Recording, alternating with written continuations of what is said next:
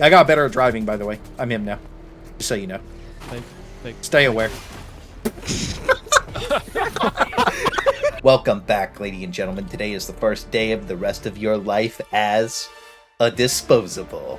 This isn't just a build, it's an entire way of helldiving, and from the very beginning, this has always been my favorite and easily the most fun loadout that I've ever locked in. It doesn't matter if you're a new player or old, this build is for every faction, every difficulty, and every spawn seed. And once you adopt the disposables, you'll never have to worry about where the call for managed democracy is ever again.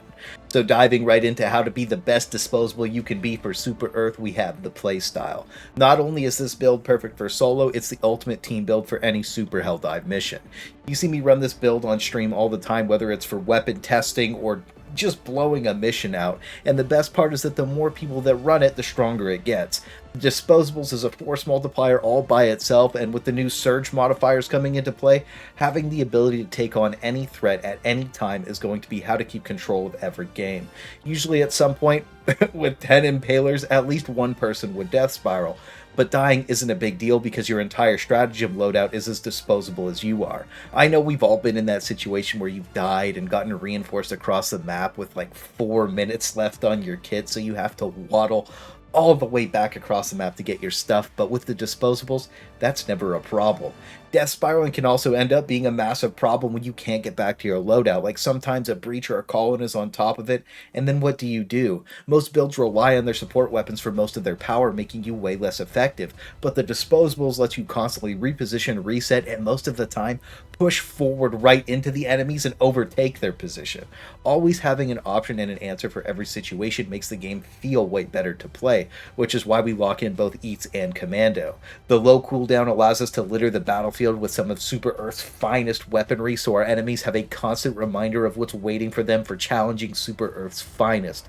The idea is that every time there's a call-in or you go to push a new POI, you can call in both disposable rockets. This makes sure that any kind of large lad that comes in and gets instantly cooked up, and the combination of Eats and Commando is more than enough to take down multiple heavies, and because of that low cooldown, you can keep calling them in on demand exactly where you need them for the perfect moment. And anytime you call in a fresh Helldiver, you can drop a Commando or Eats for them, and most of the time that's enough to help them get back to their loadout or take down a priority target. Some games you'll end up with so many disposables everywhere you can run around just blasting everything with them. Even the trailer for Eats shows them shooting a bile spear with it, so why not do it?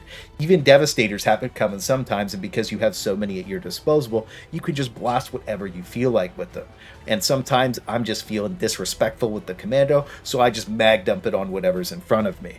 A trick you can do with the Mando is to turn off the guided rockets so you can just pop them off, and then you don't have to wait for them to hit their target, you can just go back to blasting. And 4 Commando rockets is enough to take down the hardest enemies in the game, especially if you're hitting weak points. Now the real peak of the build is the Hellbomb Backpack. This is a screen reset tool that never gets old. The faction doesn't matter, and it should be up every other call-in before you finish the main objective, and every third call-in after you finish the main objectives. And if you want to make sure you get the most kills possible with your Hellbomb every single time, just wait about 10 seconds and then pop it, then you could just run in and let them know how disposable you really are. That seems to be about the timer for all 3 factions, where all that stuff is just perfectly gathered up for you. Another nice thing about the Hellbomb Backpack is that anytime things spiral out of control, your team's death spiral and you're the last one alive, you can reset with almost zero effort. Like, if you train the enemies properly, you can just drop it and keep going, and it's going to wipe everything behind you. It's one of the best tools for engaging and disengaging with. But if you are up against the bots, make sure you drop it on the ground before you get ragdolled and go flying away, because that can be a problem that happens. Now, even though our signature move is to go for one last ride with the boys, that's not the only way to use it. Most of the time, if you gas the area out or are quick enough, you can go in, drop it off, and then survive the vast majority of the time. And most importantly, over anything else, when you are running the Hellbomb, make sure you show the enemies maximum disrespect when it is going to pop. Finally, our last stratagem slot is the most flexible, and it can be whatever you feel like running. For me, the supply backpack feels the best, so I can keep blasting in between Hellbombs with as many resources as I need to obliterate everything in the game, and rotating between HB and Sup pack actually feels pretty good once you get used to that playstyle, but the HMG emplacement always hits different. For me, it's the most cinematic stratagem in the game, and it is ridiculously fun just to go blasting with.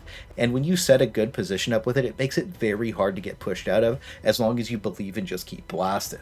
The same thing goes for the anti-tank emplacement, because honestly, when you aim in with this thing, there's just something about the vibe that is just like, it just feels amazing to use. And when you're on those really crazy heavy spam seeds, like when there's double chargers, being able to have that extra option for them feels really good. And ambushing a factory strider convoy with the anti-tank emplacement is one of the most peak cinematic things that you can do in the game. But the real value I get from the anti-tank emplacement is whenever there's a Leviathan modifier. That's what I lock in with this build when we're forced to play the Illuminate for whatever reason. And obviously I can't forget the FRV. You've seen how good my driving skills are. Basically just the best in the game. Never seen anybody better. But the moments and memories you create with the car are really what matters. I also think that having the ability to rapidly reposition or go pick the boys off and race off to the next objective is just really fun. And if you're sample or EXP farming, having an FRV helps you rip through the missions insanely fast. For the newer players, having this after you clean the mission out to just go make sure that you loot all the POIs that might have gotten missed is going to be really important. And that also takes us into the rest of our build that we're going to lock in with the disposables. And of course, for armor, we're going to be locking in Democracy Protects.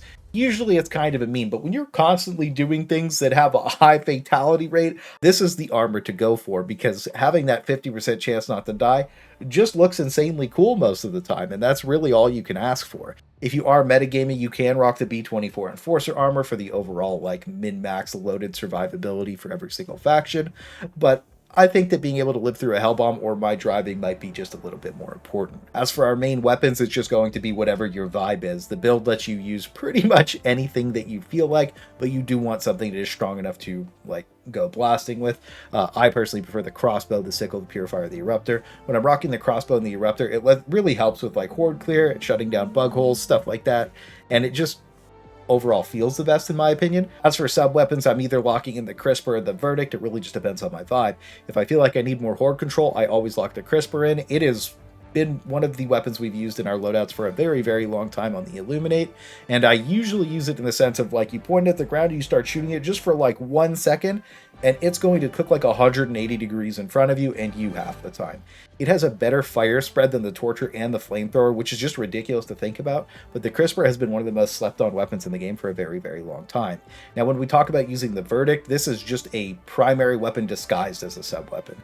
AP3 with enough damage to one-shot most things in the head feels really good, and you could just mag dump this thing without thinking and just blow out whatever's in front of you most of the time, but if you take your time with it, it's very powerful. It also just gives you that John Wick vibe, so like again, it's just really cool. As for grenades, if you feel like you need more horde control, lock in gas. The area denial with the damage over time and the CC effect is going to give you the most value in the game out of anything. The patch I'm making this video on, status effects are bugged. If you affect too many enemies with status at once, the confusion effect stops working, but the damage over time effect works just fine. Sometimes. If you affect way too many enemies with any status, the damage just stops working altogether for an indeterminate amount of time. Doesn't matter if you're host or the guest, it just is what it is. That's just fire and gas right now. So just keep that in mind if you are locking that in. I've personally been leaning towards Pyrotech because the area denial on that grenade lets you also kill heavies, and on top of that, the fire damage seems to almost always go through with only a couple of inconsistencies. Either way though, either one of these grenades are going to be amazing for horde clear. One's going to give you that area denial, and the other is going to give you the ability to just instantly kill factory striders. I mean, you do need 4 of them. It's not like this loadout needs more anti-tank, but just having that feels really good. And you got to remember, Pyrotech is also one of the best patrol clearing grenades in the entire game, and it also shuts down pretty much any call-in from all 3 factions, so either way you go here is going to be basically perfect. Finally, for boosters, it's really standard stuff, unless you're in a pre-made 4-man and you really want to go for one last ride with the boys over and over again, then you want to run extra reinforcements just so that you can just have more fun with it. The Disposables has been a build that we've ran ever since the Commando got introduced, and as time goes on, it keeps getting upgraded with new stratagems and weapons. For me, my absolute favorite part is just making use of my primary weapons and forcing me to actually go blasting with it, and using my character to kill everything instead of relying on my super destroyer.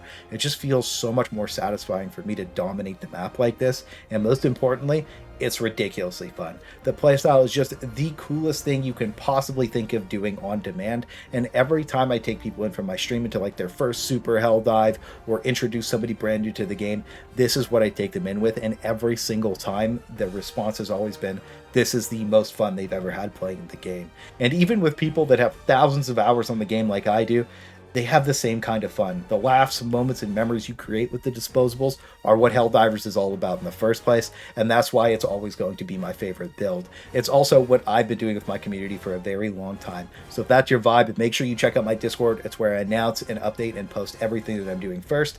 And more importantly, it's time for you to get out there and be as disposable as you can be for Super Earth. 2, 1, go! Get in! Get in the right car. Good boy. One last run.